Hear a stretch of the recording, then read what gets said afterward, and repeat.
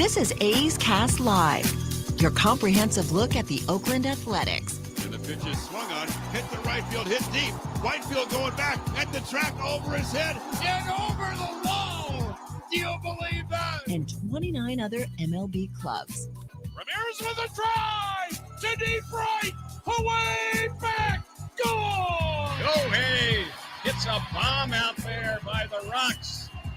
And boy, oh boy, this third inning is now showtime. It is a Judgian blast. All rise. Here comes the judge. Join us as we take you inside the baseball universe, from humidors to spin rates to game-changing moments.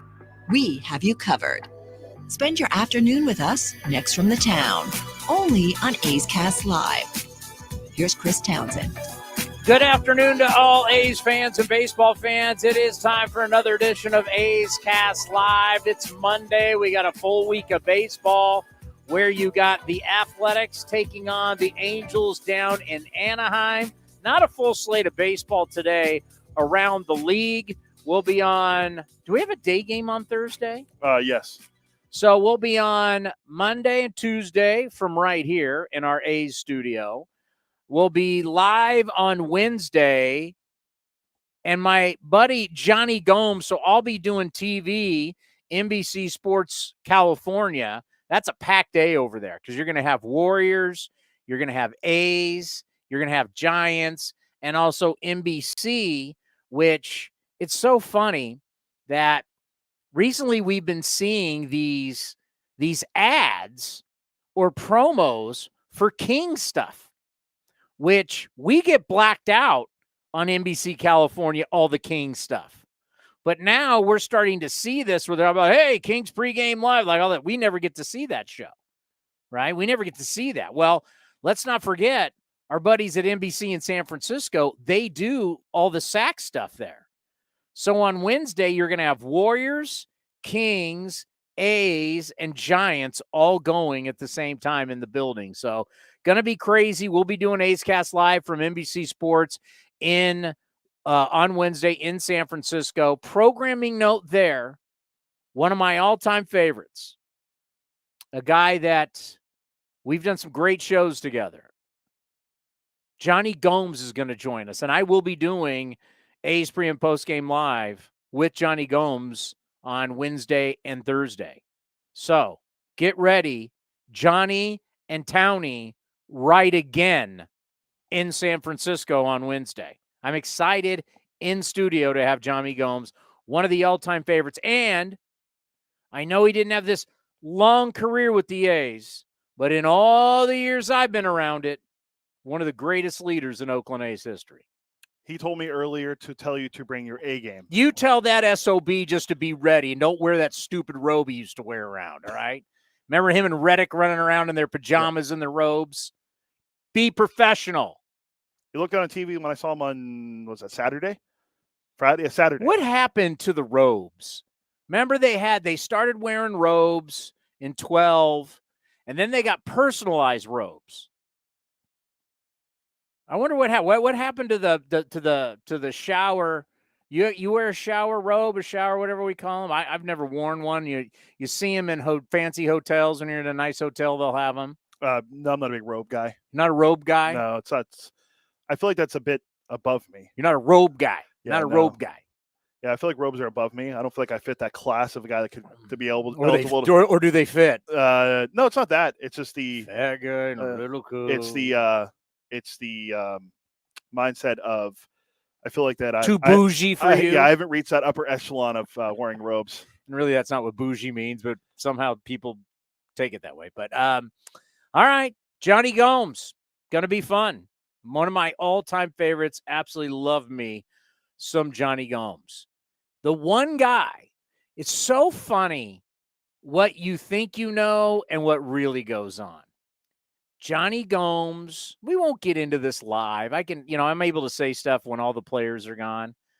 But Josh Reddick was a handful, especially younger. And I know all of our buddies out in right field, we love them to death, and they had that great relationship with Reddick and the right field crews had great relationships with everybody, but had the great relationship with Reddick.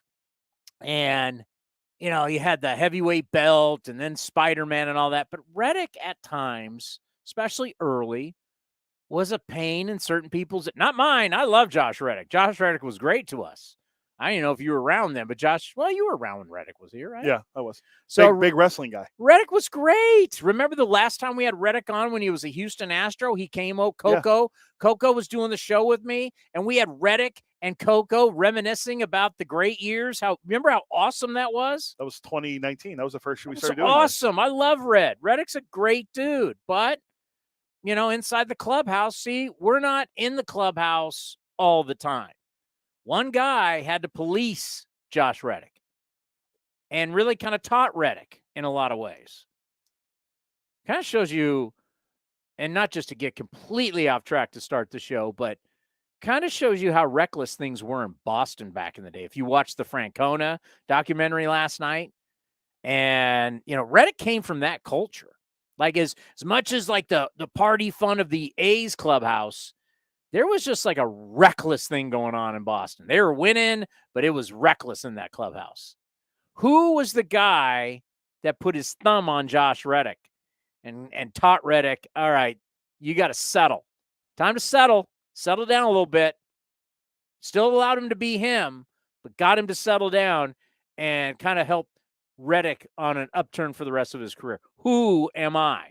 I'm going to say Petaluma Zone Johnny Gomes. That was Johnny Gomes. Johnny Gomes helped Josh Reddick like you. As much as Dallas Braden helped Gio Gonzalez, that was leadership. Leadership matters. Leadership means something. So we'll talk to Johnny Gomes on Wednesday. Well, I don't mean to. I mean, when you talk about leaders, I figure we might as well forward promote something else.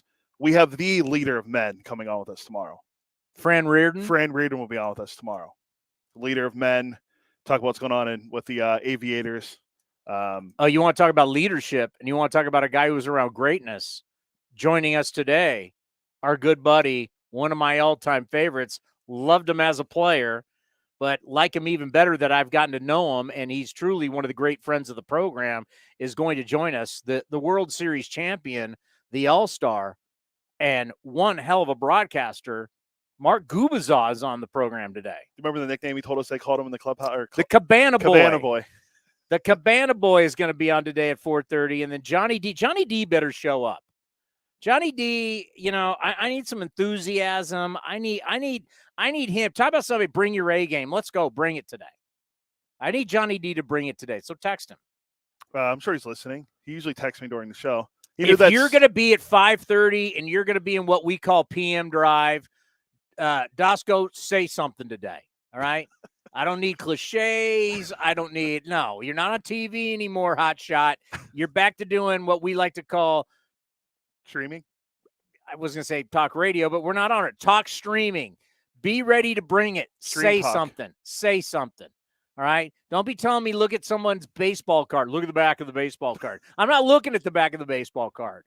Well, Johnny D better bring it today, or maybe his last appearance. I want some Sammy Long knowledge. He knows him from Sacramento. Oh, you always said we won't trade with the Giants. It seems like the Giants are our only trading partner now. Yeah, whoever the Giants get rid of, we're now trading for cash. Bring them on down. Yep. So the A's got acquired left-handed pitcher Sam Long from the Giants yesterday for cash considerations. Earlier last week, Cal Stevenson traded to the Giants for so they just flipped the cash back? Because remember, we got cash for Cal, that we just send that cash back to the Giants for Sam Long? That's a great question. How does it work? Like, does someone run a check over? Does David Venmo Farhan?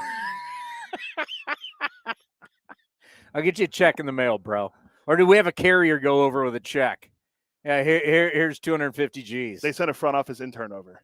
I mean, how does that Baseball work? Ops, how does the money work? How do you switch it back and forth? We got to remember this because it is funny, but like there are banks. You're the bank of the team, and when the team writes a check, the bank is on there. I mean, it's a business. There's money being transferred. There's true money being transferred. How does it just account to account? How does it work? It's a good question for David Force. Because years ago, you didn't have electronic banking. Wasn't that long? I mean, in the timeline of electronic banking, wasn't that long ago. In my lifetime, there wasn't electronic banking. So if I did a deal with, I don't know, the Chicago Cubs or White Sox or the Royals or whoever, and we did a cash deal, how did that work? Yeah. I also think, how does the player get from Oakland or San Francisco to the AAA? So does Cal Stevenson get an Uber from in Vegas, so that wouldn't work. Correct. Yeah, to be flying. Yeah, I would say if he was playing in Oakland, Ricardo Rincon just went from clubhouse to club. You know what I never thought? You know, like Ricardo Rincon. So he leaves the Indians to play for the A's, right? Correct. 2002. So he's staying in a hotel, probably like the St. Francis, because at that time everybody stayed at the St. Francis. So if he's staying in a hotel room at the St. Francis, his stuff is his personal stuff his luggage is in the room. His stuff at the ballpark that, you know, because your luggage, your equipment and stuff goes to the clubhouse at the ballpark. Your luggage goes to your hotel room. So part of your stuff's in Oakland, part of your stuff's in San Francisco. So what do they do with his stuff in San Francisco when he gets traded to the A's? Do they just say, and Mickey would have been the traveling secretary. We got to ask Mickey, like, did you just say, stay there at the St. Francis and we'll just call the St. Francis and extend your stay, or pack your stuff up, we're sending you to a different hotel? That's a really good question. Like, what do you do? We never ask, like, what do we do with these guys? How do we get them to and from, and where are they going, and luggage? Like, how do we make their lives? I mean, it's crazy. Like, you've been traded, go to the other clubhouse. Well, my stuff's at the St. Francis. Well, you just stay there. Or you so all of a sudden you went from, I'm here with Cleveland, I'm going to be at the St. Francis for basically 3 nights because you fly in here. Then you're going to play 2 nights and you're out travel day. All of a sudden your life is now, I was living in Cleveland. I got stuff in bags at the St. Francis, and then now I'm going to stay at the St. Francis, and I got stuff in Cleveland. I mean, that's a crazy nomadic lifestyle. Yeah, and it's funny because Mickey, who doesn't really do a lot, he doesn't make a lot of media appearances or make himself known on camera. Mickey basically comes into the A's cast booth every game to chop it up, as they say, rant and rave. Yeah, and then that's all. We can't get him on air. We get all the real stuff, but it's all off air. Yeah. So Mickey, all off the record. Mickey was in a video that the social media team did on who's going to win in the who you rooting for in the NBA playoffs, and Mickey's like, I'm rooting for my Knicks. Is that what he said? He's a New York guy. It is what it is. It's the first time I saw Mickey in a video in a long time. All right, we're 13 minutes into the show, and we haven't talked about Vegas. And obviously, if you didn't follow the show on Friday, we threw it out there and said, listen, we understand your pain. We understand it. We're all feeling it. It is what it is. You know, and now you've had X amount of days, and there's all kinds of stuff still going on Twitter, and columnists are checking with sources, and everybody's got all this stuff going on. You know, we can't control it. We can't. We feel bad for A's fans. It's awful. But we got to continue doing what we do. We got to continue. It's like the play-by-play is still going to go on. We're still going to cover the team. We're still going to cover the league. And I've tried to tell everybody that I know, because everybody wants answers. Everybody has questions. And it's like, there's no secrecy. The A's have signed a letter of agreement to purchase land in Las Vegas. That's it. That's where we're at. And they've said they're shifting their focus to Las Vegas. I mean, it's pretty simple what has been done. Other than that, we don't have, and I can just read it to you. I mean, it's pretty simple, and I know people don't want simple. They actually want more than that. And I'm going to give it to you. The A's have signed a purchase agreement for land for a future ballpark located in Las Vegas.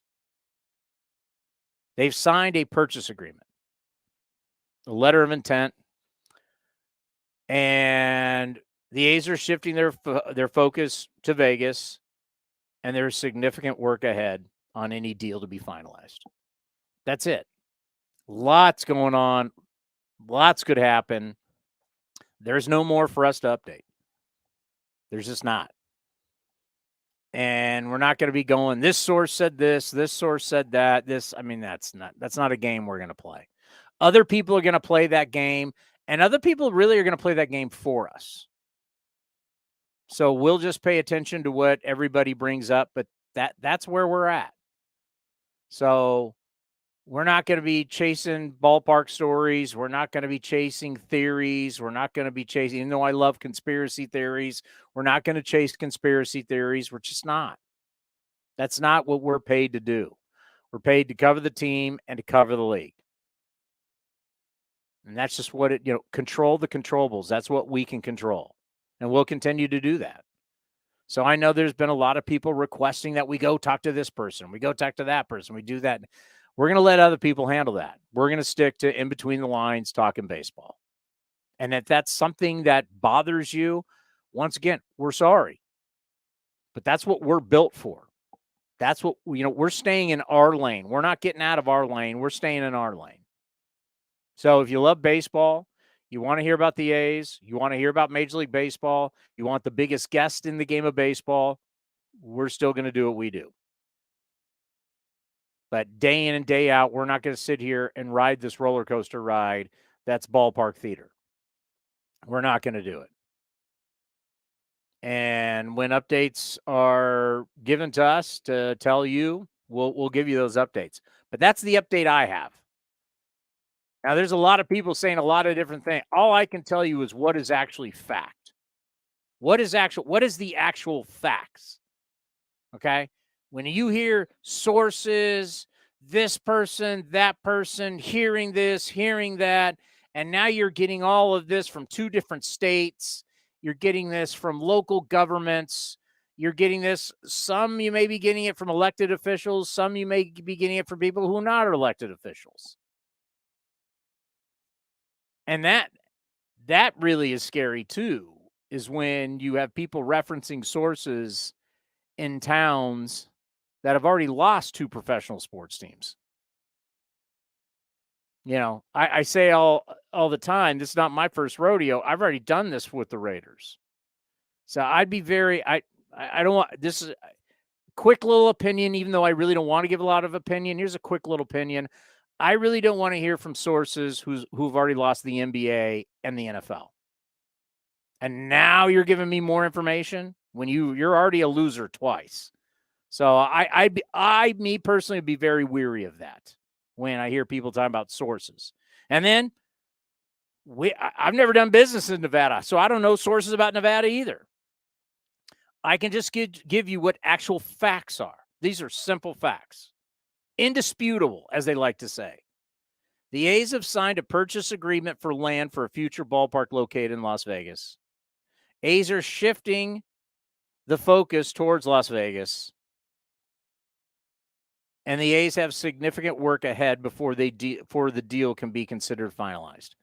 That is facts. That's where it is. All the other stuff we can't look at as facts. I really wanted to start the show today with what I thought was a conspiracy theory that I don't think is a conspiracy theory anymore. I think it's a borderline fact. You want to talk facts? Something has come down, though, in our email. Did you see that? We have a move made. I haven't got anything recently. Oh, the one we got earlier.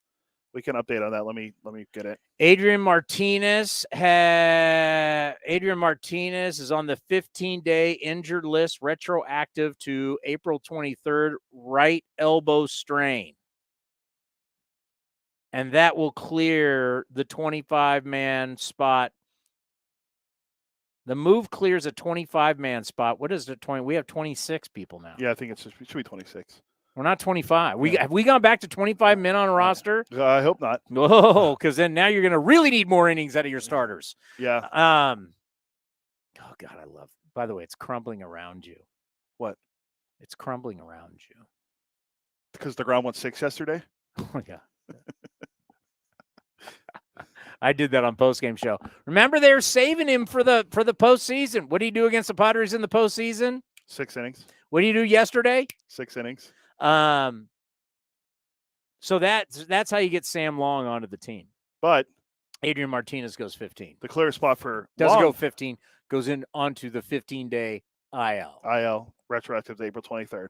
The clear spot on the 40-man, I don't know how our fans are going to feel about this because people like this guy. The A's have designated Dermis Garcia for assignment. There's a lot of first basemen right now in the system with Soderstrom and Noda, Aguilar. I know. Do I like that? I don't like that. I mean, Dermis showed he could hit the ball at the ballpark every once in a while. That's why the Yankees liked him. They signed him, right? He was a bonus baby, not drafted, but international bonus baby. Yeah, I don't like it, but I mean that's the business of baseball. I know this. I really give Dermis Garcia a try than Jesus Aguilar.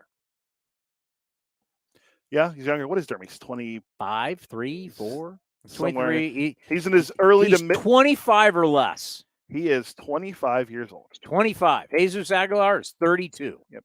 How many home runs does Aguilar have? Well, he hit that one against Cleveland, right? One. Dramatic, but one. I mean, I don't need a singles hitter. I needed a guy to hit bombs. So, I mean, if it was me and I'm looking for the future, am I looking for Jesus Aguilar or am I looking for Dermis Garcia?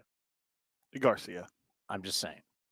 Have the Rays gone deep yet in their game against Houston? That's what I was just looking at. No, Bregman went deep for the Astros. The Randy Arozarena has a triple, but no. Randy Arozarena. So I love that name. 2-2 in that game, but no home runs for the Rays. So 22 straight games worth of home run. Okay.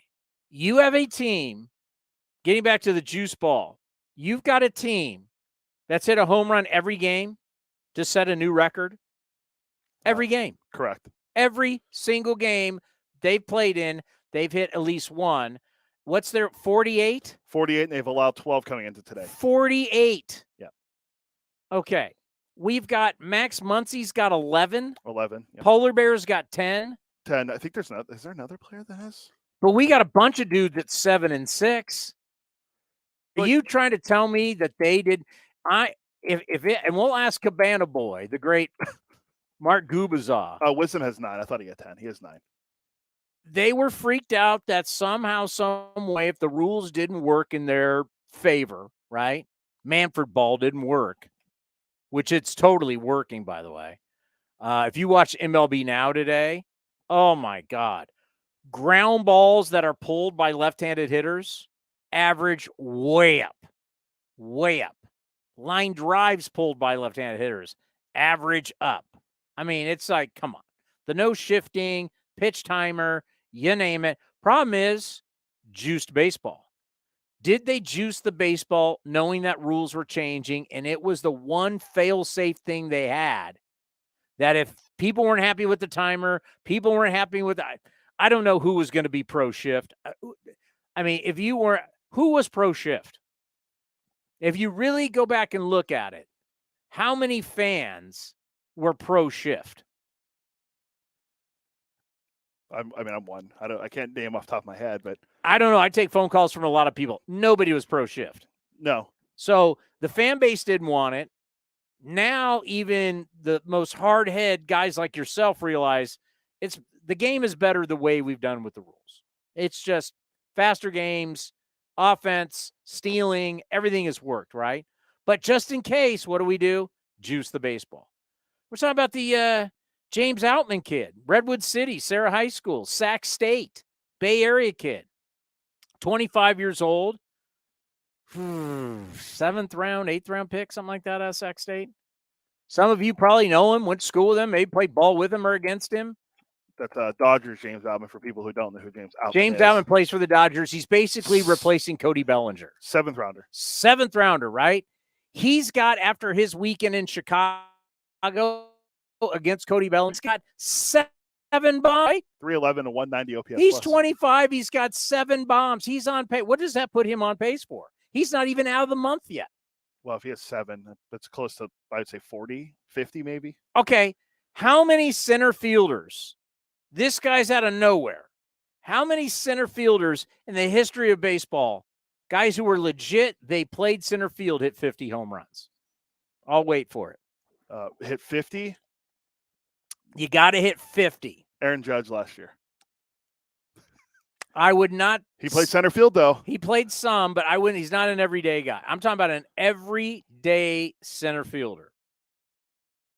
That'd be hard. Didn't Brady Anderson? Nope. He had 49 anyway, right? Come on. There's a couple. Mickey Mantle. Griffey. He also played in New York at the time. Around then. Oh, my God. Center field. Why am I blanking on a center fielder? Because you don't think about baseball history. Remember there was the Giants and the Dodgers played in New York? Yes, but. Have you heard of a guy named Willie Mays? Oh, yeah. So 3 guys, is that it? There's only 3? I can think of 3. I can think of Mays, Mantle, and Griffey, who were full-time center fielders. Now, you might say Judge plays all over the place. Judge played a lot of center field this year. But, how many guys have hit 50 home runs and played center field? Brady Anderson did 50. Did he play? I thought he hit 49. That's 50. That's what it's saying. I think he Brady Anderson. Were they legit home runs? Oh, that was total steroids. I think that might be it because Trout's never been there. He's come close a few times, but he's never gotten to 50. But what if James Outman does? It's interesting for a guy no one's ever heard of until this past year. Yeah, Brady hit 50 right on the nose. I thought it was 49. All right, Brady Anderson won here. It's a small group. What's the most Trout ever hit? I think Trout's high was like 44, 45. I want to say, I think 45 maybe. The year he hit it was almost a 40. His career high in home runs, Mike Trout, 45, and he also, 40 home runs that year. 45 home runs. He stole only 11, but he had 49 steals and 30 home runs his first year. Yeah, 49. So you're going to, 45, sorry. You're going to tell me the ball's not juiced? I'm not disagreeing with you. Home run totals are up everywhere. The Nationals crazy. The Nationals as a team, and they're one of the worst offenses in the league, have 10 home runs as a team. A's have 20, so they've doubled what the Nationals have done. 10 home runs for the Nationals. Max Muncy's done that by himself. So has Pete Alonso. Now the problem with the A's, if you want to go the problem with the A's, you're last in team ERA, you're last in starters ERA, and you're last in bullpen ERA. It's a recipe for disaster. So your starter ERA is 7.97. Actually, everything went down yesterday. Hard to believe. Starters ERA is 8.88, and bullpen ERA is 6.99. I think the next closest starter ERA is the Rockies, maybe, and they're not very good either. But so the Royals are the next closest bullpen ERA at 6.51. I'll get you your answer to your starters here. I think it's the Rockies, and they're like 2 runs behind. Almost two full runs lower than the A's when it comes to starter ERA. That would be incorrect. That would be the Boston Red Sox. Rockies after them. So the A's are at 8.88 for their starters ERA. 8.88. The next closest team, the Boston Red Sox, at 6.61. That's how rough it's been. And then you got the Rockies at 6.48, Cincinnati at 6.01. That's how bad it's been. It's not going well. At least they're. Hey, you want to look at the glass half full? The A's aren't last in a lot of offensive categories. No, they're in the bottom 5 of the league, but they're not last. But that gets back to the point of, you hate just coming in and really just going, it's juice baseball again. But man, the home runs that are going on, it's just unbelievable.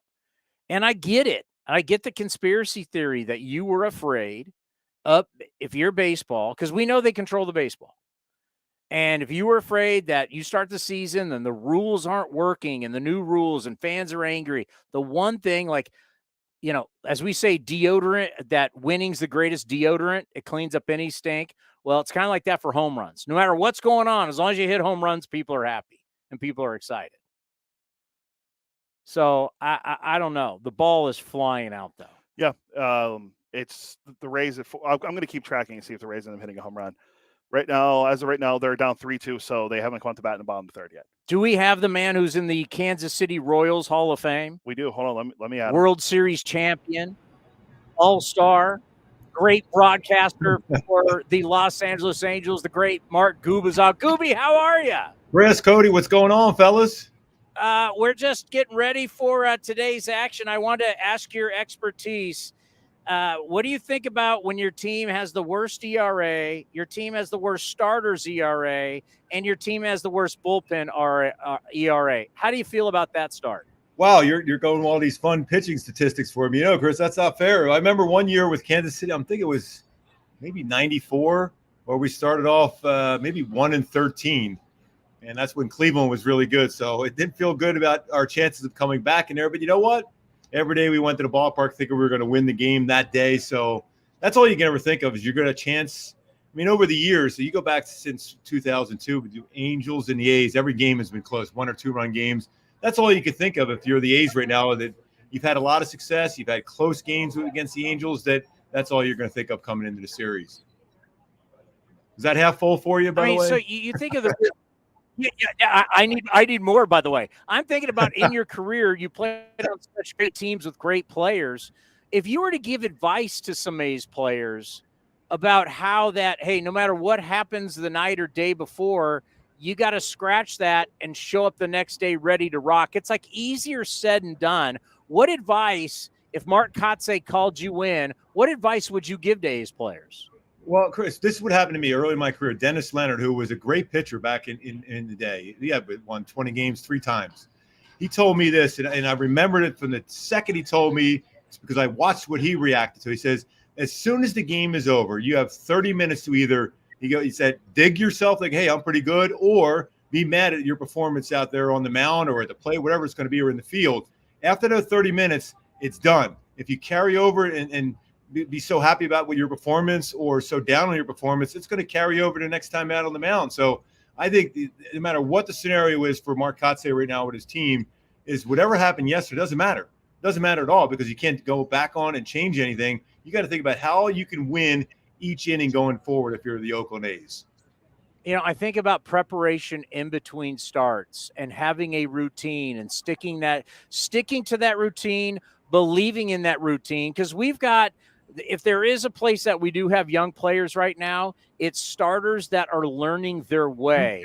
Yeah. What is the importance? We know game day is the ultimate thing, right? It's the day you're pitching. But how important is your preparation leading up to that and finding that routine and sticking to it? Yeah, you don't want to ever go out and take the mound and ever say to yourself, I don't know if I'm ready both physically or mentally to be out there competing against the very best players in the game of baseball. And when you're, Oakland, you're facing a team that has Mike Trout and Shohei Ohtani at the top of the order, Anthony Rendon and Hunter Renfroe swinging the bat extremely well. So if you're not ready physically and mentally, then you have no business being out there. So your preparation as far as your throwing routines, your running routines, your lifting routines, but also prepping on what these guys have been swinging the bat well and what they've been struggling with. So when you take the mound, you have a chance to win. And a lot of times, especially as young pitchers, you give hitters too much credit. And that's something we all learned as young pitchers. That's not the right thing to do because hitting is still the hardest thing in sports. We've talked about this before, that if you go out there thinking, okay, he's got a good chance to make it a good pass, he's going to barrel the bat on me if I don't make a pitch, well, then you're done. So you should go out there where the thought is, if I make my pitch, I'm getting anybody that's taking that by the home plate, whether it's a righty or lefty, I'm going to own them that day. If you go in there with that attitude, chances are you're going to be successful. Exactly. We give these guys way too much credit. I mean, in the end, no one even hits 300 anymore, barely. So it means they're not getting a lot of hits. Yeah, I agree with you. We need to start telling our pitchers, stop giving these guys too much credit and go after these guys. Yeah, you have to, because the minute any negative thought creeps in your mind that, boy, if I get a pitch out over the plate, Trout's going to hit it a mile. Well, he will. But if I go up there thinking, okay, if I can get Trout to expand the zone, maybe get him to swing at something above the strike zone, then you have a shot. And that's the whole mindset you have to have. Whoever I was going to face, whether it was that one year when George Bell was the hottest player in the history of mankind, the first couple games of the year with Toronto, where he had 3 home runs off Sabrig, a home run and a couple doubles off Charlie Lebrand. And I remember going out of game 3 going, okay, what do I do here? I said, you know what? I'm going to see if he'll fish for some breaking balls out of the strike zone because he's hit every fastball. And lo and behold, he swung at a couple ones early, and I was able to get in his mind, and I was able to get him out that day. But if I'd have thrown fastballs or going up in the theory like, boy, he's going to hit one far off me, well, he would have hit one far off me. I loved it, Chris Berman. George Taco Bell. Boy, he could swing it. Yeah. By the way, Trout, I think this is truly amazing. I mean, you think of how long the A's have been in Oakland. You think of all the great players who have played in the division, Hall of Famers, guys we consider the greatest players. Mike Trout is only 31 years old. If he hits a home run in this series, he's going to tie A-Rod and Rafael Palmeiro for the most home runs against the Oakland A's. And let's face it, a lot of Trout's career, we've been pretty good. We've been going to the playoffs. We've had good teams. And I know he's done the same thing against Texas. I know it probably doesn't amaze people.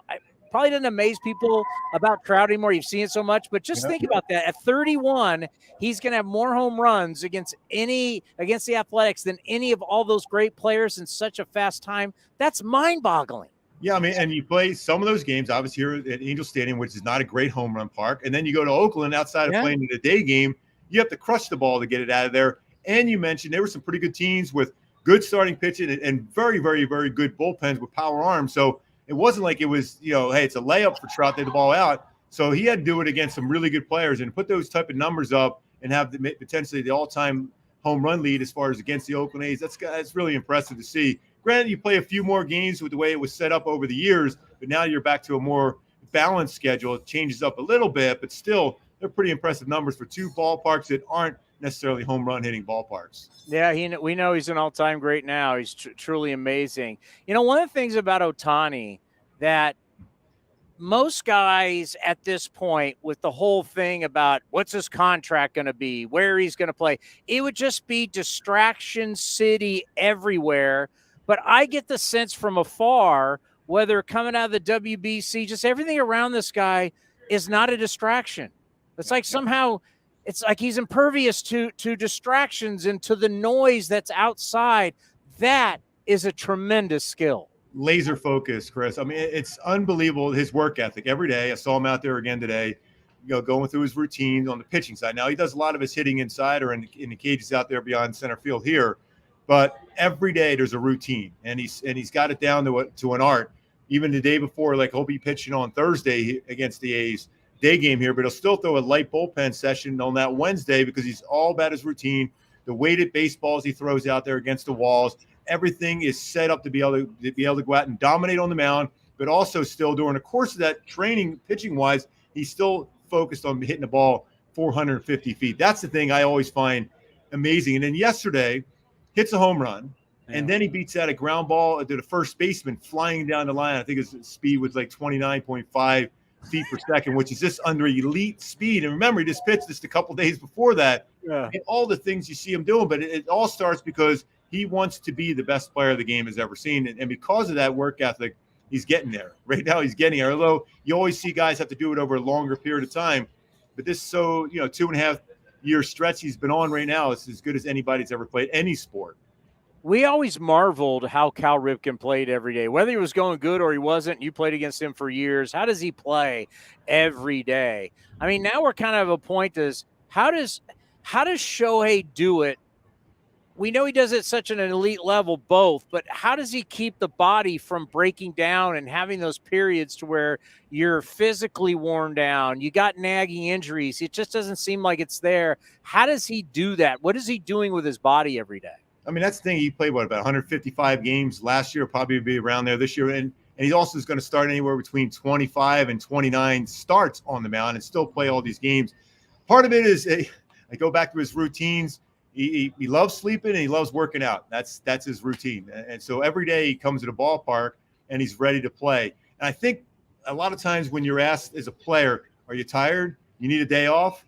Well, he always says, I just want to win. So that kind of keeps that distraction away from him, because after a while, when people ask if you're tired, they always think, am I tired? Should I be tired? Well, he deflects that right away by saying, I just want to win. And he would play every day. Phil Nevin literally has to say, you're not playing today. Otherwise, he'll find a way in there, even if it means he'll come in to pinch hit later in the game. All right, so sleeping and working out. Can you imagine if back in your day everybody thought about going to bed early and not going out late? I don't know how I react to that one. I'll probably pass on that one, Chris. I'll get myself in trouble. The fun thing about the managers we have going is that I played in college against Phil Nevin and, of course, against Mark Kotze here at San Jose State, Cal State Fullerton, was in our conference. So you got 2 Cal State Fullerton guys, 2 Southern California guys managing the team. So just take us through Phil Nevin, just what it's been like, and how do you view him as a manager? You know what? And the same thing I know with Mark Kotze. I've talked to him a number of times over the years. These are player managers. I think a lot of times you get so caught up into, the data that all these players are given, and you don't build those relationships that sometimes we always used to have as a manager and a player. These guys are like, they're Phil Nevin every day. It's about how the player's feeling. What did you do with your family the night before? How's everything going? What do you need? What can I do to make you better? And I think that's the thing that's going to make Phil Nevin a really, really good manager down the road here. Obviously, there's been some games here and there. It's gotten away from the team, but they're still at 500 right now. But the players love playing for him. I know talking to Phil during the winter, Shohei Ohtani, Anthony Rendon, Mike Trout, they were texting him like every day just to see what improvements the team's going to make. What can we do as players to give this team a chance to get to the postseason? I think he's the kind of manager right now that's going to get the most out of all his players going forward. If you do that and you stay relatively injury-free, this team should be pretty good all the way through. Well, then, of course, every day that goes by, there's going to be more questions about Ohtani and his future with the Angels. Obviously, I don't know. You don't know. We don't run our ball clubs. We don't run that stuff. But just how important, I know Trout's been commenting on it. Wherever you go, whatever town you're in, you're going to get asked about it. What is the key to kind of like, hey, we got to focus on the game and we got to let the outside noise go. Now, Ohtani's good at it, but how about the rest of the team? Yeah, I mean, obviously, we were just in New York and Boston. Boy, that was a lot of fun answering that question every minute. Well, since we're, you're up there in Oakland, I just say, just win, baby. If you win, he's in. That's all you got to do, just win, baby. Al Davis's greatest line ever. I got to know him over the years, obviously with Bo there and stuff. Just win, baby. If you win, there's a great chance he stays around. Al would have never let Ohtani get out of town. No, I know that for sure. Even if they try to tackle, they can try to tackle Bo Jackson trying to get away from them ever. So when you look at the Angels, how do you view it so far? As you said, it's a 500 start. There's always expectations. They want to win, spending a lot of money. How do you view the season so far? Well, I mean, there's been some games that's gotten away from them, but you've been in every game. I mean, that's the thing. It's been impressive. Their lineup, and there's some guys that haven't started swinging the bat yet, but I mean, it's a deep lineup. They got a bench right now where when you have to give a guy a day off, like a Gio Urshela may not be in there today, gets a day off, but you got other guys that can play around him. And, you got to get Brandon Drury swinging the bat like he was. He won a Silver Slugger last year as a utility, player, and he hit the ball with 28 home runs consistently. And Taylor Ward started to swing the bat a little bit better yesterday. He was great for the majority of the season last year. So there's a lot of things to like about it. Obviously a hit now with Logan O'Hoppe, who's been such an impressive young catcher, going to be down for maybe 4 to 6 months, getting the labrum tear fixed. So that hurts them at the catching position. But overall, their depth, the starting pitching is close. I felt that was going to be a strength coming in. It's been pretty good. It's not where it's going to be in another few weeks, in my opinion. So bullpen, these guys are getting used to the role. If those guys pitch anywhere near they're supposed to do, this team is 90-plus wins. And that should be enough to get to the playoffs, although it's a very tough division in AL West. Well, I know this. In my other work, we got the family business with the restaurants. I've been wanting to go in the clubhouse and talk to O'Hoppe going, buddy, we need to partner on like an Irish pub outside the Big A. I think, come on, go to O'Hoppe's. We do all the Angels pre and post game show at O'Hoppe's. I mean, I think we could make a lot of money with an O'Hoppe's right outside the ballpark. Oh, what a great kid too! I'll tell you, his family's amazing. He's already ready to start rehabbing after surgery coming up next week. So he's a phenomenal kid, and I bet you know what?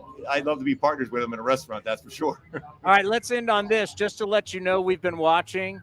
They have thrown a lot of different play-by-play guys at you the last couple of years, and your A game is always on, and you're doing a great job. I know you always have to adjust to the different guy. You wouldn't know it. You've been fantastic no matter what obstacle they've thrown at you. We've been watching. You've been doing great. Oh, thanks, Chris. I got my boy Wayne Randazzo. I call him the Dazzler. The Dazzler's here he'll be doing the majority of the games anyhow. It's been great, really. I've been pretty fortunate enough to be able to work with Wayne now, and we're building that relationship. So the Dazzler's been awesome. Or Wayne's World or Bruce Wayne, whatever you want to call him. He's all the above. So he's a great partner. All right, buddy. Good stuff. We always appreciate it. We'll see you back in Oakland. All right, Chris, we'll see you out there, man. The great Mark Gubicza from the Angels, one of our all-time favorites. Yeah, they've thrown a lot of play-by-play guys at him. I mean, obviously he's the Rock, but they've had a lot of our buddy Matt Vasgersian was doing games. I mean, not easy to do. It really isn't, because everybody's got different styles, and you want to play nice, and as they say, everybody play well in the sandbox together. And our guy Gooby, one of my favorites, great player. I'm Good glad guy. I'm glad we built that relationship with him and your guy Mark Langston. We had that relationship with Matty V when he was there. We haven't talked to him in forever. Matty V's been Matty V keeps getting all these different shows, and he's been moved all around. I'm surprised. I haven't reached out to him in a while. I might have to read. I think the last time I texted him was when we were at the winter meetings. So it's been a while. But yeah, I enjoy as I've detailed many times, my wife is an Angels fan. Why I think we have the Rally Monkey and we have the Ohtani bobblehead. That's why we have all this stuff. But her family, her grandfather and her dad love Gooby on TV. Every time we have Gooby on, they tune in because they want to hear what Gooby has to say. Gooby's great. They don't care about us. They care about Gooby. Gooby's great. I mean, his perspective. I mean, he's got great perspective about playing against the A's, all those great teams he played with the Kansas City Royals. I mean, playing with George Brett. He's got George Brett stories. He's got great Bo Jackson. He's just talking about, he brought up Al Davis, the great Al Davis. He brought up Al Davis in this. He knew Al Davis because of Bo Jackson. He used to go to like Raiders practices. Down, I'm surprised you didn't bring up Cabana Boy with him though. Oh, I forgot. When I see him in the press box, I'm like, "Hey, Cabana Boy." Hey, Cabana Boy. You got to know the Flamingo Kid was the movie, and obviously Mark Gubicza, a good-looking man. Think about when he was young, and that movie came out, and there was the Cabana Boy. I forget, he told us who called him that from the Royals. Whoever in the clubhouse called it. That's what I forget who he told us who it was though. I don't think it was George Brett. It was a great reference for that time because that movie, the Flamingo Kid, the movie was really popular. Call me crazy, but George Brett doesn't strike me as the guy that would be watching the Flamingo Kid or knowing what Cabana Boy was back in the 80s. I could be wrong. What are you talking about? Those guys are on planes. They've constantly. I don't know, Mark. I don't know George Brett as well as you do. That's your hero. Oh, I love that man. A recent high school graduate, unsure of his future, gets a summer job at the Flamingo Beach Club. Well, and young guy, beach club, rich wives. You get the idea. Matt Dillon, the great Matt Dillon. I thought he looked familiar. I mean, just look at it. It's set in the East Coast. There's bikinis everywhere. Young girls, older women. It's Matt Dillon, a kid from the streets, infiltrates rich people at the beach club. The Cabana Boy, Matt Dillon, a.k.a. Mark Gubicza. That's pretty good. Now, you may not see it the way I do, but I do see it. It is amazing to me. You talk about all the great players that have played against the A's in Oakland since 1968. We could go through all the guys that have played in the American League and played against the A's and that are in the Baseball Hall of Fame. Guys have played in this division a long time. I mean, think of a guy who hit a ton of home runs and played in the division a long time. Baseball Hall of Famer. Friend of mine from Japan. Good friend. Griffey. Kenny, my good friend Kenny. I don't think you're good friends with A-Rod, but I mean I could throw. No, not friends with A-Rod. Me and Ken Griffey. Ken Griffey Jr. played in this division forever. Yeah, there were a lot of guys that played in this division. There's a tremendous amount of guys that played in this division for a long. I mean, Palmeiro. Palmeiro played in this division forever. He should be a Hall of Famer. A-Rod, because A-Rod played Mariners and Texas. I mean, they played in this division forever. And you're telling me Trout will have more home runs against the A's. And Trout's not even considered a home run hitter. You don't first thing you think of Trout, do you think home runs? He hit last year 40 in 40 in zero amount of games, but yeah. But you don't think the first you of Trout is all around greatness. Yeah, I don't think of him as like a Joey Gallo power only guy. I'm thinking of a guy. There's a guy I'm bringing up. I want to see how many home runs he has in his career. Okay, 35. That's all the home runs Juan Gonzalez hit against the A's. I mean, he all owned those steroids. He only got 35. It's the most he hit against any team. 39 versus the Twins. He owned the Mariners. 35. He hit 30, 35 against the Royals. 37 Where's against the David Indians. Feldman when we need him? 36 versus the Angels. Because you would think, like, okay, I get A-Rod and I get Palmeiro. Because Palmeiro, you're talking about they're two American League guys.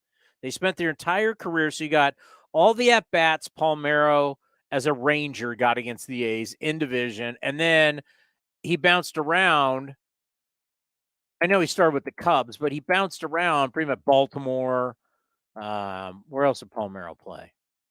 Baltimore and Texas were his primary stops. Yeah, let's see. Rafael. And he played for the Rangers. He had multiple stints with the Rangers. Palmeiro played for Chicago Cubs. Yeah, that doesn't count. Yeah, there's Chicago, Texas, and Baltimore. So he went Texas, Baltimore, Texas, Baltimore. So years in the American League. Yeah, except for the 1 year, the two. Those the the first 106 games he played with the Cubs. Yeah, that's not a lot. So his entire career. Okay, how about A-Rod? A-Rod's entire career is in the American League. Correct. The bulk of it is going to be Seattle and Texas. And yeah, we played with the Yankees too. Well, I'm saying the bulk of his career is in division. Yeah, in division, yes. Yeah, what's Boomstick got? So Nelson Cruz. That's what I'm going to right now. Because his seems like his entire career was Texas and Seattle. Nelson Cruz. Steroids too, but Nelson Cruz. God has a ton against the A's. 37. Trout's passing all of these guys. The next home run ties A-Rod and Palmeiro. And then 2 more home runs, which I'm assuming he might do it this series. He might do it tonight. He'll be the all-time leader. So this is how badass Trout is. He is going to be the all-time leader in home runs as an opposing player against the A's and the Rangers, because his numbers are very similar against Texas. So he's going to own 2 franchises in his division. That's amazing. Do we need to qualify it by saying the Oakland Athletics? Because there's a guy that has more. Okay. All right. Here's the deal. There is a guy that used to play that everybody's heard of, that his numbers against the A's, that would be the Philadelphia A's. Check the numbers. I want to say George Herman Ruth, you know him as Babe, had 108 home runs. Because I've had to check this all these years. The only reason why I know this is because I've had to check, because all these years we've watched Trout keep going up the list and passing people. And I've checked who's got the most home runs against the A's. I'm betting Babe Ruth at 108. I'm not doing computer. That is correct. 108. That's the second most he ever hit against any team. The only team he had more home runs against. Washington Senators. That'd be the Detroit Tigers at 123. Oh my God. In his career versus the Philadelphia Athletics, he hit 352 with an 1,181 OPS, and his slugging percentage was 703. It's pretty good. He hit how many against the Tigers? 123. Now, of course, there's only so many teams in the league, and they played each other a lot, but I don't care. Think about that. In 13, Babe Ruth hit bombs. In 13 more games, he played 347 versus Philly, the Philadelphia A's, and then 360 against Detroit. He hit 15 more home runs in those 13 games against the Detroit than he did the A's. That's incredible. All right, put up Trout's numbers.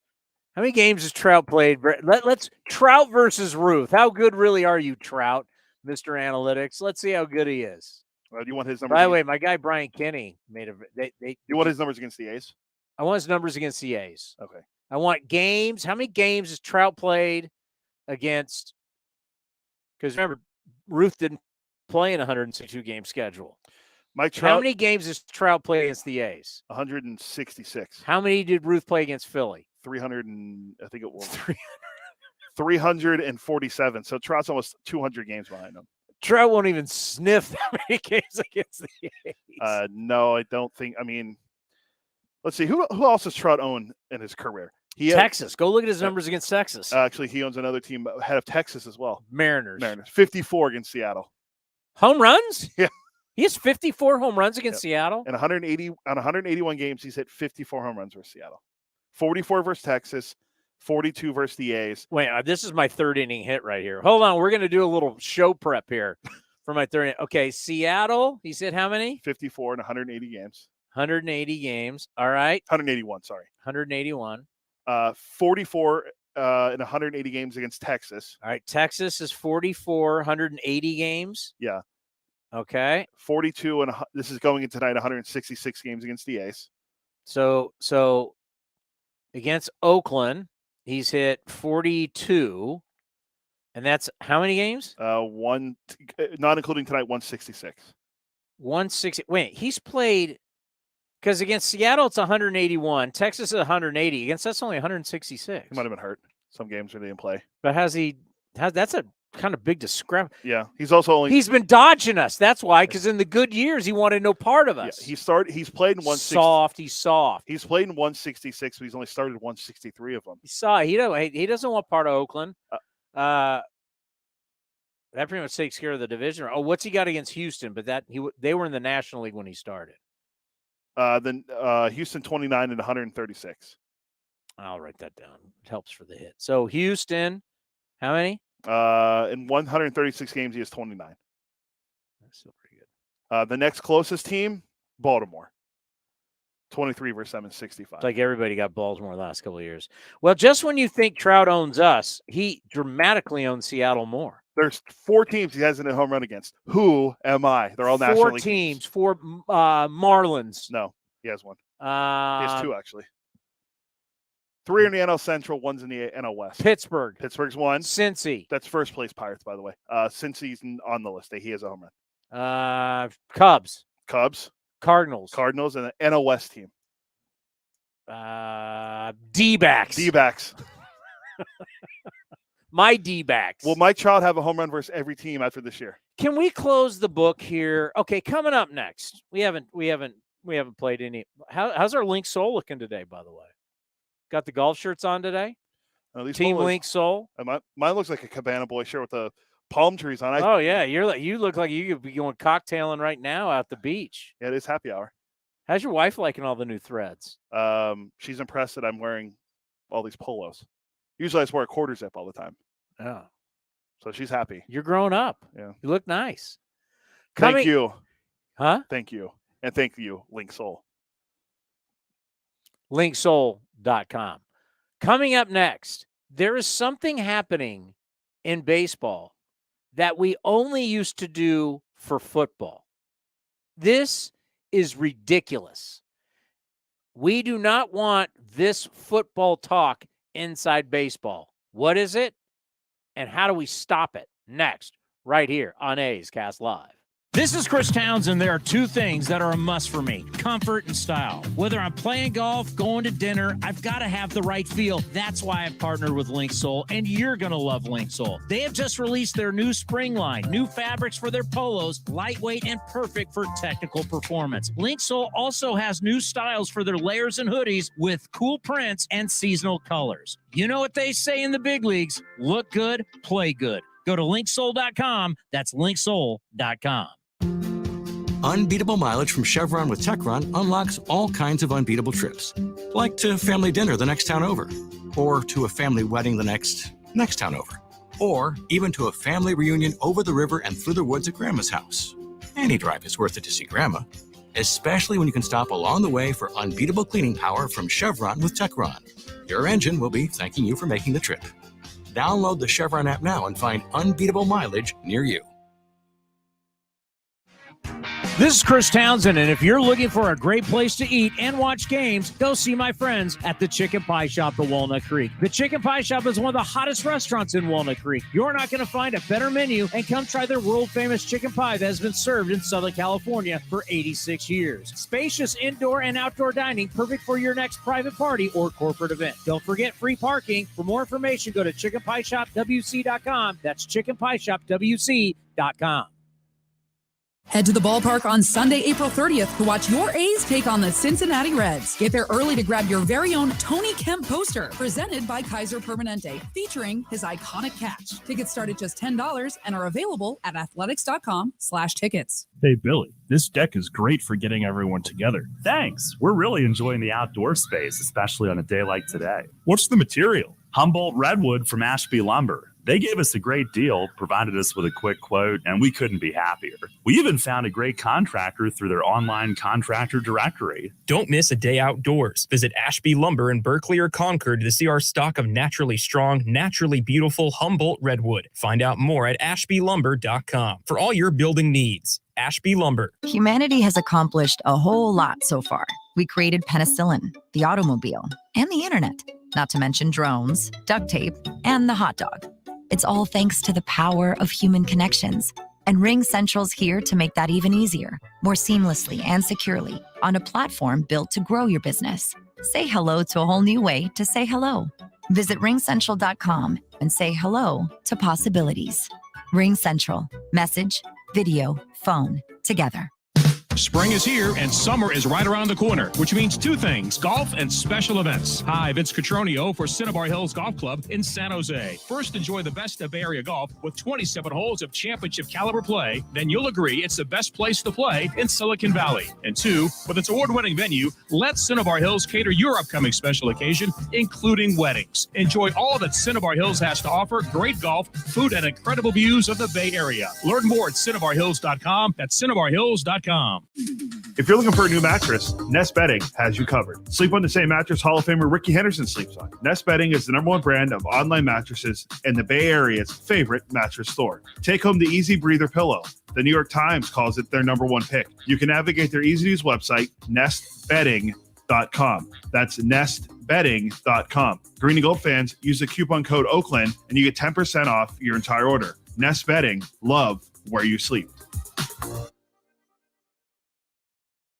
Thanks to the Xfinity 10G network, my little brother's friends won't leave our house. When I was their age, internet with basically no interruptions was a pipe dream. You sound like my grandpa. Now through April 23rd, new customers can get 200 megabit Xfinity internet during our limited time Xfinity 10G network launch celebration for just $25 a month for 2 years. Go to Xfinity.com/10G, call 1-800-XFINITY, or visit a store today. Requires paperless billing and autopay with stored bank account. Restrictions apply. Taxes and fees extra. After promo, regular rates apply to internet service and devices. Actual speeds vary. Innovation is at the core of Cal State East Bay, like at our Green Biome Institute, where faculty and students preserve genetic information from California's endangered plants, or how we open doors for local entrepreneurs at our Small Business Development Center. From educators to nurses to STEM professionals, Cal State East Bay has real impact throughout the region's neighborhoods, boardrooms, and the entire economy. Be part of the innovation. Connect with Cal State East Bay at csueastbay.edu/impact. Looking to stay up to date on all things A's? Head over to athletics.com/A'sCast. That's athletics.com/A'sCast to listen to A's baseball in full 24/7 coverage of the A's, only on A's Cast. With a single click, you can stream great shows, live pre- and post-game coverage, and of course, all the great action of the A's this season. Head to athletics.com/A'sCast today.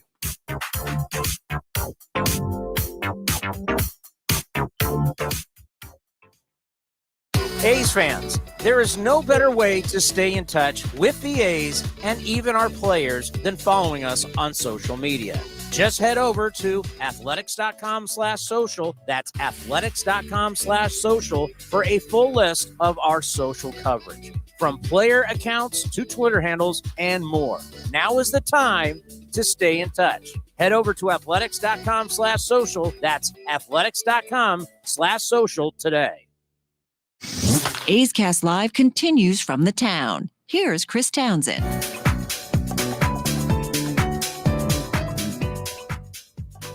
Jordan Diaz will be in the lineup tonight, hitting second. Diaz, 4 for 11, hitting .364, a dinger, 3 RBIs. Safe to say, play him every game? Yes. First Major League home run on Friday and the A's win. Every game? Every game. No matter if he's every in the field, game. In the field or DH, play him. Unless he needs a day off, every game. Jordan, you're playing. He's 22. Bring your glove. He's 22. Does he need a day off? You just asked me a question. You can ask it on air. Go ahead. Is this the F4 question? Yes. Not B War. What's B War? That's a baseball reference. What's F War? Fangraphs War. Let me get the correct title. All right. 38 qualified position players that have registered a negative F4 or worse as of April 24th. There are 38 players. Apparently Stephen Kwan's one of them. I don't know how. There are 2 A's on the list. Who am I? That have a minus F4. It's very easy. And you asked me this question off air. And to let everybody know, I got it easily. Yeah, correct. You were 2 for 2. 2 for 2. I'm like, Tony Kemp. That's one. Aledmus Diaz. Both in the lineup tonight. Both guys negative WAR. F4. I think they'd be negative B WAR or F WAR. I could tell you. Tony Kemp's WAR right now is negative 0.4 on baseball reference. So it's negative F or B. Yes, and Aledmus Diaz. I always screw up his first name. It's hard to Aledmus Diaz. His is -1. So you're running out there at least on a consistent basis, negative WARs. And this is the tough thing with veteran players when they get off to a bad start. I mean, we talk Aledmus, we'd have to say, because now that we have 2 Diaz's, we got a Jordan and Aledmus. Aledmus, which we love the idea of him coming to Oakland and being a guy that can play multiple positions. I mean, he's got a track record. I mean, he's won a World Series. But man, Aledmus Diaz is hitting $151. Tony Kemp hit 157. And they're getting a ton of at-bats. It's killing you. I don't know how else you say it. They've never been everyday players. Yeah, most games Aledmus Diaz has ever played in his career. 130 his third year in the league with Toronto. Remember, he was supposed to be the next shortstop for the Cardinals, was an All-Stars rookie year. Then 2 years later, he's in Toronto. He plays 130 games. He has played over 100 games since that year. Tony Kemp. Kemp has played a lot more with us, but Kemp, his most games was never an everyday guy with Houston. It might have been last year where his most games ever played. Last year he had 147, then he had 131 year before. 2019, between 2 clubs, he played 110. So, not an everyday player. And they're playing every day. I'm not gonna bang the offense yesterday. This is what I said yesterday after the game, and I know none of you were listening because the Warriors were playing. So none of you were listening. None of you were listening. I listened post game. You liar. I didn't listen. You did not listen. No one was listening. I just said this, and I didn't want to be frustrated. I wanted to be fair. I just said, okay, this still is Major League Baseball, and we have to judge the players on that level. We can't every night excuse issues. And I said, what I want to see, and some of the issues that we have are not stuff that's, well, because, you need to do this in the big leagues. No, you need to do it at every level. You have to throw strikes at every level. And there are guys that throw strikes at every level. And I said, hey, I know these, and it really comes from Major League Baseball broadcasters because they're archaic and they still think baseball's what it used to be. I'm telling you right now, there's a lot of colleges who are training their guys better than minor leaguers are being trained. It's fact. They have better technology. They've got better coaching. It's just fact. They're paying more money for their coaches. They've got better medical, better nutrition. They got it better. They just do. So I can find you guys that throw hard in college and throw strikes. I can find guys in the minor leagues who throw hard and throw strikes. There's no excuse for the A's pitchers not throwing strikes. This is not you got to learn at the big league level. You got to throw strikes at every level. Playing defense is something you have to play at every level. Bad defense is not acceptable anywhere. The one that got me yesterday, and I just like, come on, because you still had a chance in yesterday's game. But Sam Moll, throws a ball over the umpire's head for a wild pitch. Langoliers set up outside, low and outside. So you got batter, who's a left-handed hitter. You got umpire, who's now on the right side. He's basically in between the batter and Shea Langoliers. Langoliers set up outside. Sam Moll throws it over the umpire's head. Inside. Targets outside low. This goes high and inside, over Langolier's head, over the umpire's head. Wild pitch, they score a run. It's 5-2. Well, why is that significant? Well, why? Well, because Aletmus Diaz in the minus F or B war got a base hit in the 9th inning. That would have brought the tying run to the plate. But that wild pitch where you threw it over the umpire's head, I mean, these are simple things, man. Defense and throwing strikes. What that would do for this last in ERA, last in starters ERA, and last in bullpen ERA. I mean, the last in bullpen ERA to me is really, it's a reflection of the starters. The fact that the starters don't go deep, you've overused your bullpen, and that means the bullpen numbers, when you got games where you're giving up well over 10 runs a game, that's because the bullpen's having just to wear it because your starter didn't give you anything. And I want to give Mark Kotsay credit. We did not have Kotsay, as you like to call him. We did not have Kotsay on Friday for the obvious reason. I feel bad, as I did for many years with Billy Beane. And if you followed my career, all these years had some type of Billy Beane show. We always had Billy on. And what was not fair to Billy was that there was nobody at the time to talk issues with the A's and ballpark. So whenever Billy went on a show, everybody wanted to, well, Billy, what's going on? Billy Beane's job never was, never will be ballpark oriented. He was in charge of baseball operations. You're in charge of what happens with the players on the field. That's it. He was not in charge of getting land. He was not in charge of getting developers. He was not in charge of getting renderings. He was not in charge of financing. Billy Beane was not in charge of any of that. But yet, he was the only person out there, and people would ask him constantly, and it pissed him off. And he had every right to be. It's like, ask Lou Wolf. Ask those guys. I'm baseball. But everybody, if Billy went on a national show, what's up with the ballpark? Everything, I mean, he had no control over that. That's not his department. That's like if you're in sales and someone comes up to you and say, hey, why did they do that thing with the bobblehead?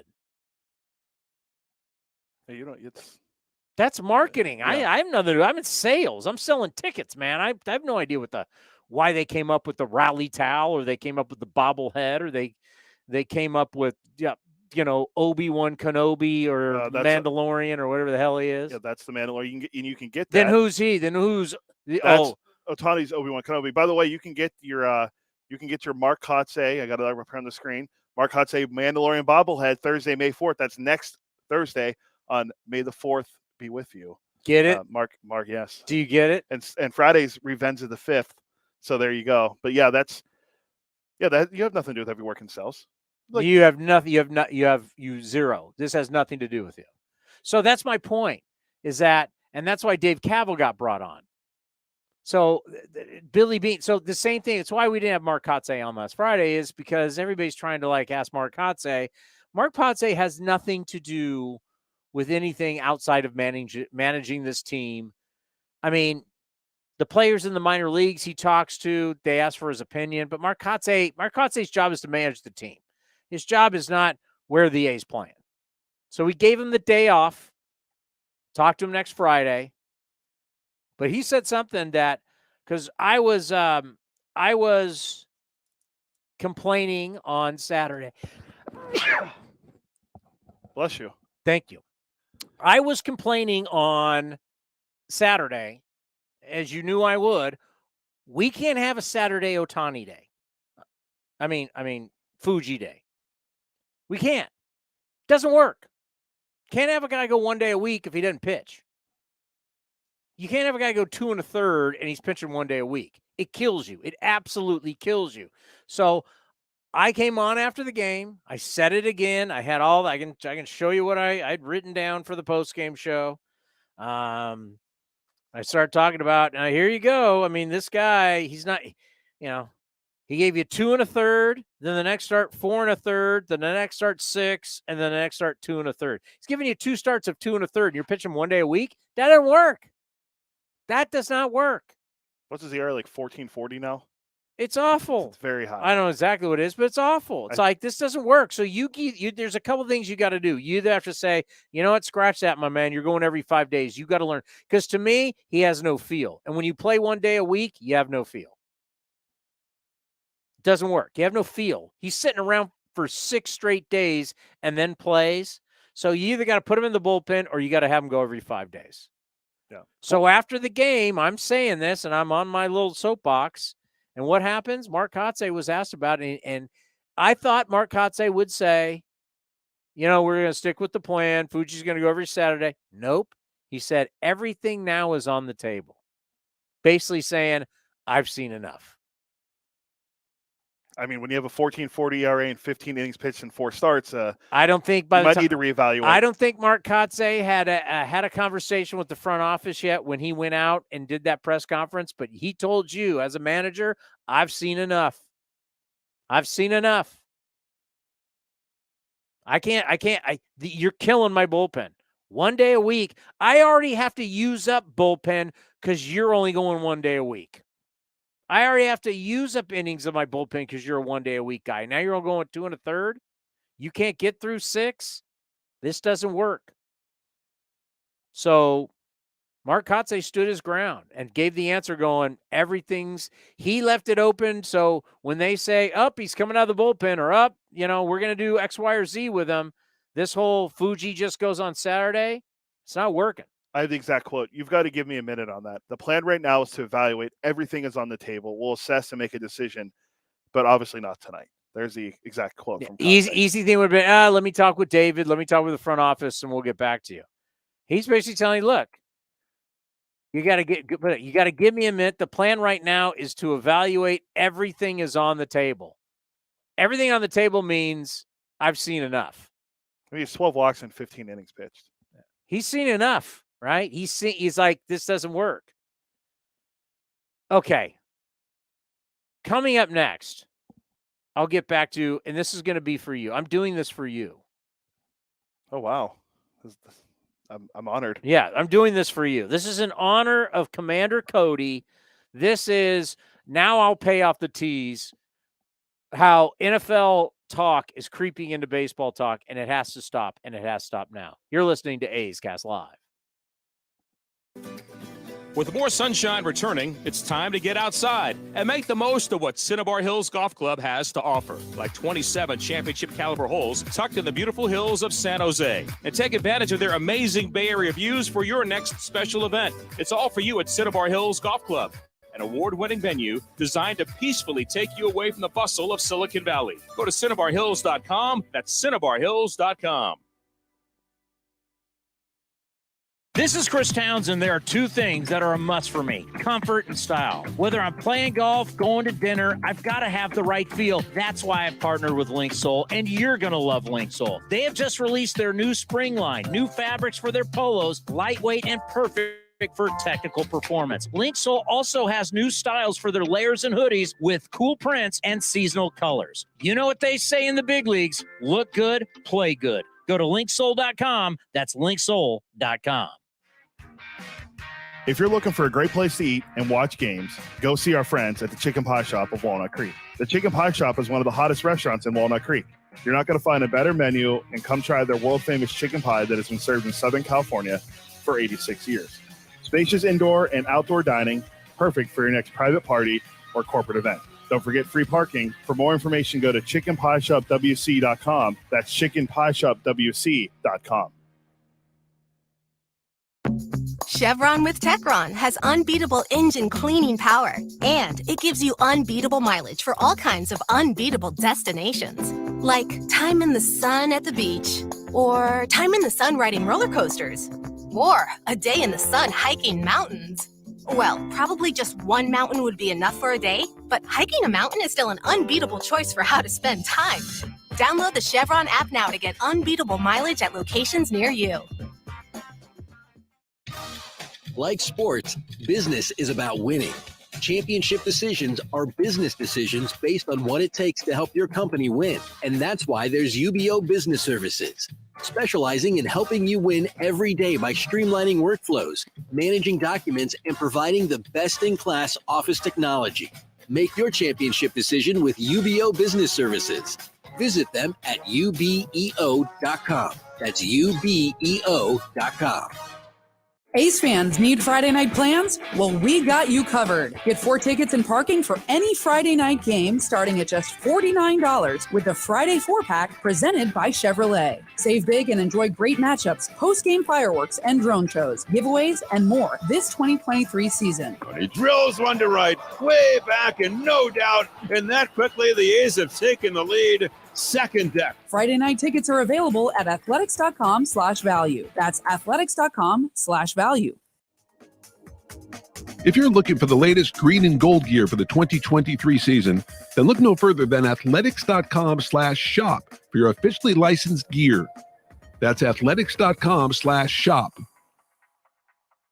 Innovation is at the core of Cal State East Bay, like at our Green Biome Institute, where faculty and students preserve genetic information from California's endangered plants, or how we open doors for local entrepreneurs at our Small Business Development Center. From educators to nurses to STEM professionals, Cal State East Bay has real impact throughout the region's neighborhoods, boardrooms, and the entire economy. Be part of the innovation. Connect with Cal State East Bay at csueastbay.edu/impact. Is convenience a state of mind or a real thing? At Extra Mile, it's a real thing, and it's in everything they do.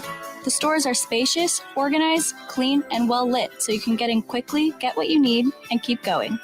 It's just what you'd expect from a place serving up the hot and fresh food and snacks you love. So treat you right, and check out Extra Mile's fresh take on the convenience store experience. Extra Mile convenience stores at select Chevron and Texaco locations. If you're looking for a new mattress, Nest Bedding has you covered. Sleep on the same mattress Hall of Famer Ricky Henderson sleeps on. Nest Bedding is the #1 brand of online mattresses and the Bay Area's favorite mattress store. Take home the Easy Breather pillow. The New York Times calls it their #1 pick. You can navigate their easy-to-use website, nestbedding.com. That's nestbedding.com. Green and Gold fans, use the coupon code Oakland and you get 10% off your entire order. Nest Bedding, love where you sleep.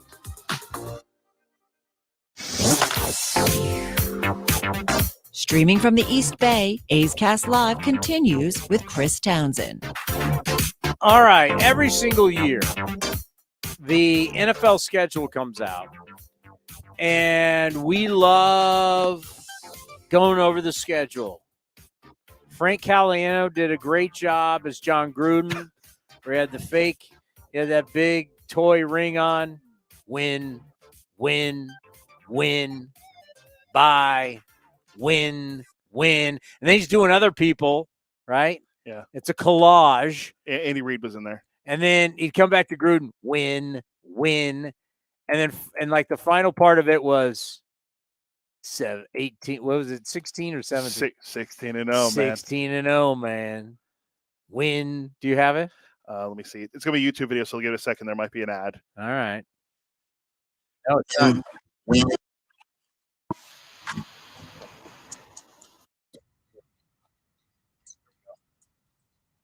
Going over the schedule, Andy Reid. Hold up my home jersey. Yeah.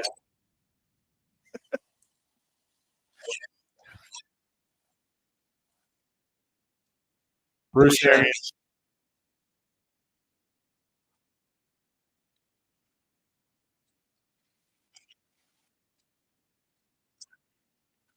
Belichick.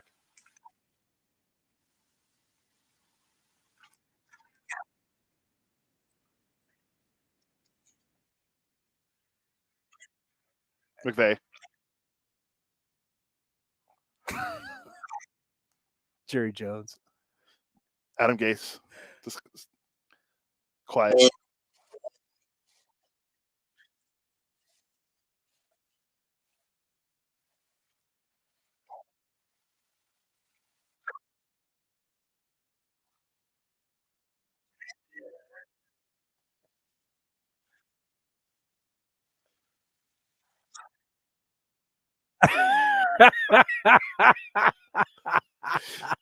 His Gruden is the best. Townie, I like your style. I loved working with Gruden. I did. I'll always. John was some of the best TV of my career. Doing the Silver and Black Show with John Gruden was a lot of fun. Point is, that doesn't play in baseball. And everybody keeps wanting to play it. Well, the Rays start. Oh, look at the schedule. The Pirates, look at the schedule. We play for 6 months. Playing the schedule game, who you played, who you haven't. Most teams will not have great records against teams that are 500 or better. And teams that are 500 or better, when they play teams that are 500 or better, usually they're around just 500. It is very rare that a team goes out and just kicks the crap out of everybody. It's just the way the sport works. You play every day for 6+ months. No one's going to dominate every day, every week, every month. Doesn't work that way. So it really doesn't matter. Who won the World Series last year? The Astros. How did the A's do against the Astros? Not great. We swept them one series. Oh, I meant overall, yeah, but we did sweep them. I think it was the only time the Astros got swept. We lost 102 games and we swept the Astros last year. Did that hurt the Astros that we swept them? I know. The Dodgers won 111 games last year. What team couldn't they beat? The Pirates. They were 1-5 versus the Pirates last year. It doesn't matter. You play who's on your schedule, and you play, and you add it up at the end of the year, and let's go. So these guys now who want to play the NFL schedule game, you really want, well, look who they've played. Who cares? They're on the schedule. You play who you play. Yeah, it's I'd rather win than lose against bad teams. So me beating up on bad teams, that's advantage me. Because in our sport, or any sport, the most wins are the teams that play in the playoffs. Yes. Is that still something? Yeah. Well, if I hammer the bad teams and I play 500 against the good teams, there's a good chance I'm going to the playoffs. So all these schedule people now in baseball want to go, they haven't played anybody. What does that mean? So it doesn't mean anything. You have to do well against the bottom feeders. Unfortunately, us teams need to win a series against us. Losing a series against us is bad news and can dramatically affect you at the end of the year when we talk about, are you making the playoffs or not? Where are you seated? Are you home? Are you away? Are you playing this short series at home or away? Those series against teams like the A's and the Royals and Detroit matter. Just the way the sport works. So I'm going to say, tell anybody, you're an idiot if you're talking the schedule game. Well, this all stems from what people were saying about the Rays when they started out hot. By the way, they're up 6-3 right now on the Astros, and they haven't lost at home. They could be 14-0 if they hold on. They're 5-2 versus teams that are 500 or greater this year. And then today I saw the power rankings. The Pirates now have the second best record in Major League Baseball. They're 16-7 in first place in the NL Central, and I saw they swept the Rockies and they swept the Reds. Last time I checked, the Pirates have the number 1 pick in the draft this year. They aren't the Dodgers from last year to won 111 games that are beating these bottom feeders. They're a team that was supposed to be bad again that's playing well above their expectations, and they're 9 games over. So when you tell me about how they're going to do, who cares? They're having a great start to the year. Are we saying Baltimore's not good because they're 14-7 and they're 4-5 versus 500 teams? No. We're just we're trying to pick problems with teams that are playing well that we didn't see, that the national people didn't see playing well, like Tampa Bay getting off the start they are. Tampa Bay's good. I mean, they have a home run in 48 straight games. That record, I don't know if they've a home run in 22 straight games. They have 48 as a team. They haven't hit one yet tonight. So let's see if they can keep that going. But yeah, I'm over the schedule game. We're only 4 weeks into the season, if that.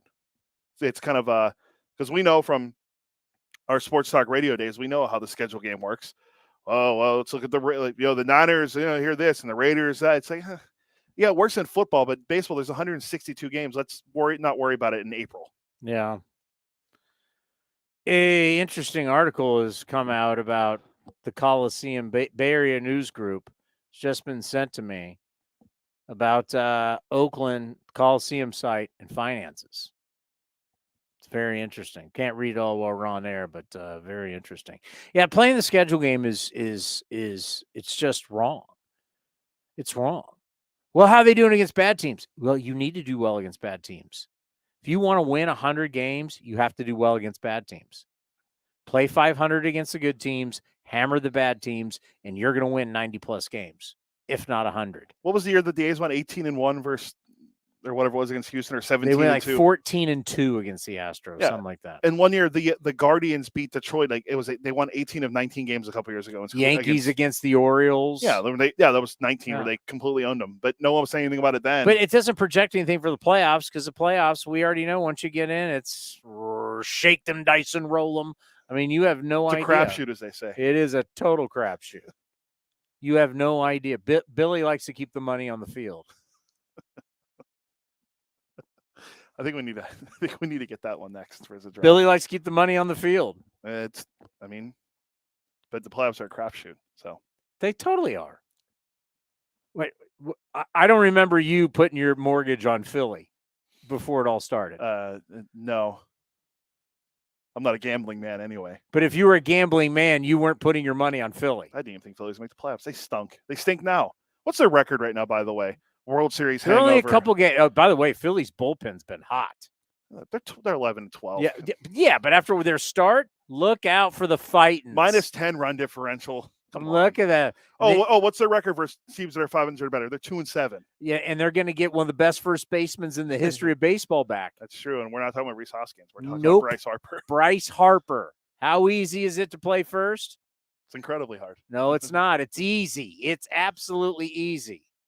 Where is Johnny D? Do we have Johnny D? Hi, guys.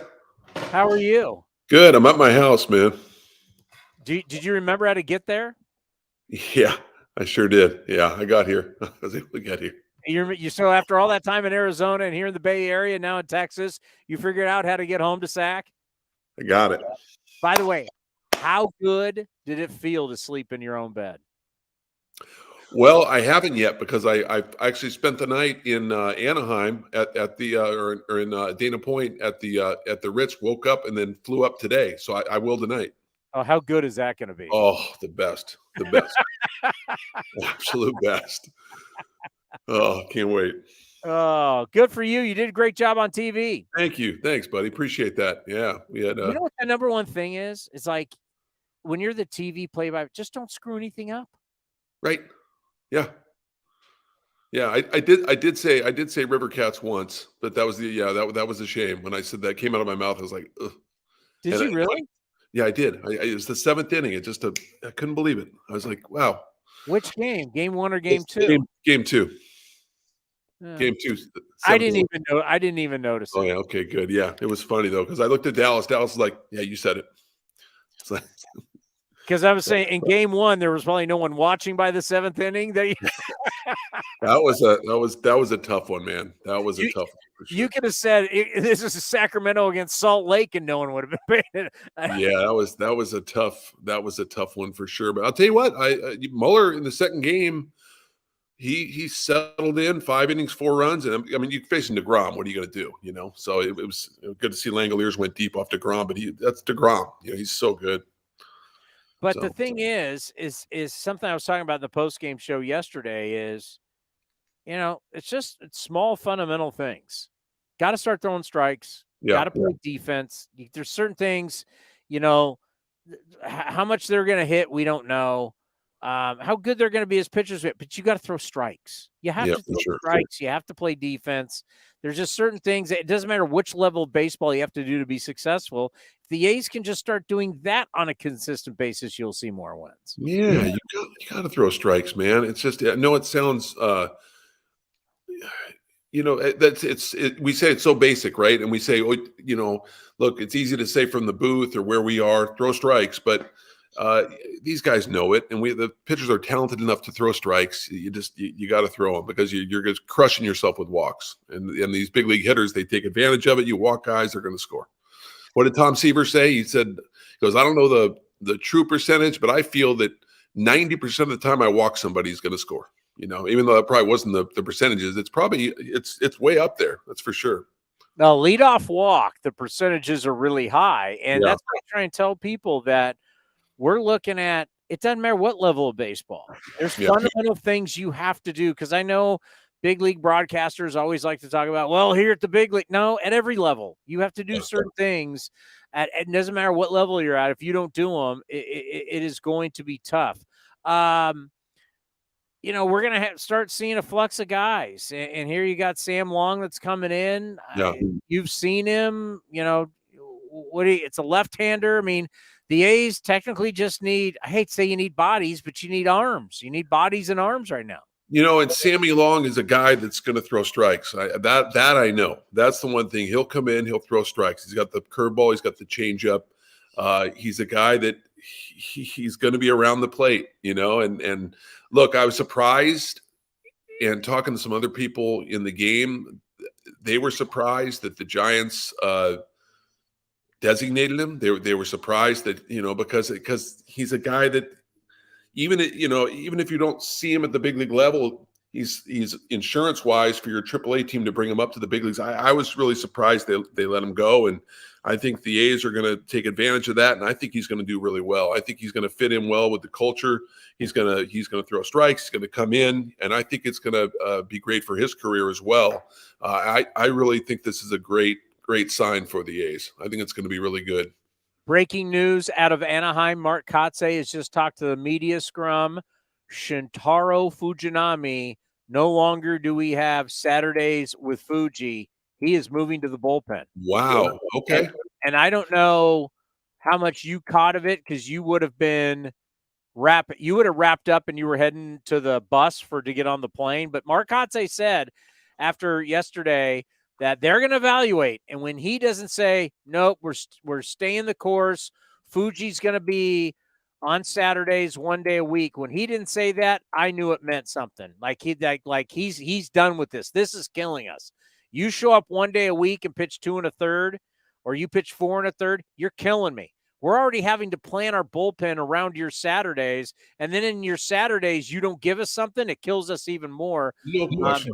I'm not shocked by this. I know they had a plan with Scott Boras, but at some point, I mean, this is about survival with your bullpen. I mean, the bullpen has the highest ERA in baseball at 6.99, JD. And the reason why is because starters, they're having to eat so many of these innings that should be starters innings. And you and I talked about the long man. I like the way you grasp how important a long man is. I'm totally with you in the fact that it's not about a long man's ERA. It's about IP. It's about getting those innings and saving your bullpen for the next day and the day after that. And I think putting Fuji in the bullpen, first of all, he's had some innings where he's just been lights out, and you say, wow, he'd be great in the bullpen. We said that from the first time he pitched. Remember, he struggled. We said, this guy in the bullpen, this guy could be in the bullpen, and he could dominate for an inning or two, and he could be great out of the bullpen. Just let it go. Let it go. You're 98, you're split at 92, and 2 innings and get out, you know? So this could be a really good move for the A's and a good move for Fuji. And I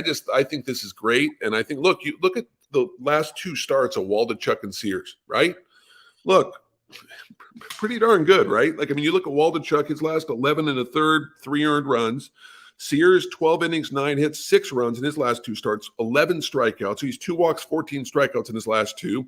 Another good, Muller, 3 out of his 5 starts have been decent, So, look, I don't know. I think there is some momentum. I know it's hard to say that with Team 4-18, but I do think there's some momentum with the starting pitching.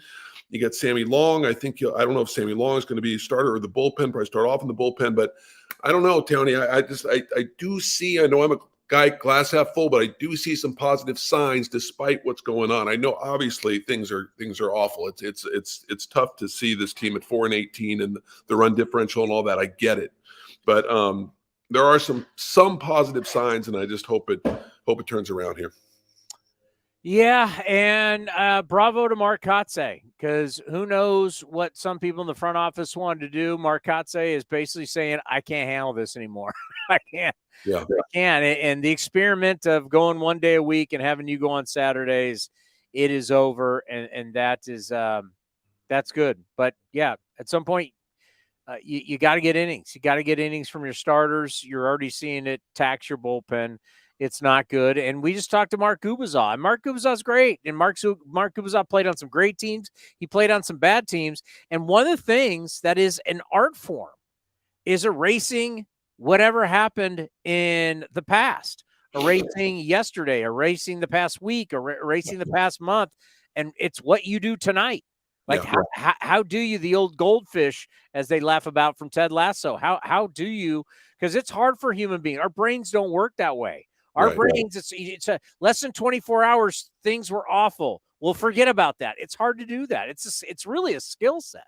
It is, and that's why the great pitchers, the great relievers, the great closers, even the great starting pitchers, and the great players had that short memory. Forget the 0 for 4, whatever, as a hitter. Forget the 0 for 12. It's a new day. Try to win the day. I know it's such a cliche, win the day, but really you start out 0-0 every day, right? And then you just got to, even though you've lost 18 to 22, that's in you right now. You got to find a way to turn it around. You just have to. And I look at Tony Kemp, and Tony Kemp's been struggling, obviously. You look at the numbers. But I saw that first at bat he had Friday night where he lined out to right, and you could say it was a good swing. I'm like, here we go. And the next at bat, he homers, right? So you just find these little things, right? Ledmus Diaz with a pinch hit single, a line drive shot up the middle yesterday. These little things, you hope these can kind of get these guys momentum-wise to get rolling, because it's been tough, you know. And I will say this, Kotsay, to his credit, although I know it's been tough on him, he does kind of take it day by day, and he does have a positive mindset every day. At least he puts on the face that, look, we're going to try to win this day, you know. And I give him a lot of credit for what he's going through. He's handling this pretty well. Well, you know, the commander makes sure that every single day here on A's Cast Live, we take it segment by segment. He does. He does. We got to go segment by segment. I can't think about yesterday's segments or the next segment. I can only think about the segment that we're in now with you. That's why you dominate, because you're present moment living, your present moment happiness. That's why you do it well. During this interview, Jessica Kleinschmidt texted me on what she wants to talk about, but that's like 6 segments from now. I can't look ahead. I can't look. I can't win six segments ahead. I got to win right now. I got to win this one. How are you handling all the Pittsburgh Pirates talk with your partner? Is it driving you nuts? Raise the Jolly Roger, my friend. Cannonball coming, and we got the fake sword going. We're all in on the Buccos. Drew Maggi. I mean, you're like the Drew Maggi of broadcasters. Drew Maggi. How about that story? Gosh, I meant to bring it up to Dallas. I never did on the broadcast. What a great story that was, 33. Like, I had to go check. I'm like, what year? So 2010, he's at A-State, right? He's an Arizona guy. And he signs whatever he got. What round did he go in? It wasn't very high. No. He's a college guy. He's one of those college guys. And he doesn't look like he's 33 years old either. He's weathered, as they say. He looks like Brad Ausmus. 15th round. So he's a 15th rounder in 2010. He's 33 years old. He's still playing. And that's the one thing. It's like, what people don't understand is there's a lot of conversations that people around you, whether it's parents, wife, whatever, they're going to be like, bro, you haven't made it to the big leagues. Yeah. Might be time to go find a real career, real job, use that education. I mean, you hear those conversations, and this guy never gave up, and he was speechless when the manager for the AAA team for the Bucks, he went through a whole thing. Said you can see it on the Twitter, the Pirates account. It was he was speechless. Yeah. I wish there was going to be, because they were all yelling speech, and then all of a sudden all he could do was curse. But you knew how much it meant to him, and to think, I mean, that's one thing. AAA managers, it's something that you've seen your entire career. Something that Fran Reardon talks about. What's so special about the job is when a guy gets told for the first time, whether you're 22, 33. That you're finally going to live out your dream to go to the big leagues. I mean, talk about it, Johnny. You've been seeing it for a long, long time. Oh, it's incredible. You know, look, we had this. I saw it last year with the River Cats with Jason Krizan, as he got the call at 32 years old for the first time getting to the big leagues, and there's nothing but tears. And one of the best call-ups, I think, is Jerry Blevins, because I remember Blevins got called up. Of course, he was younger. He was 24, but he got called up in front of the entire River Cats front office in the Solon Club. He got called up.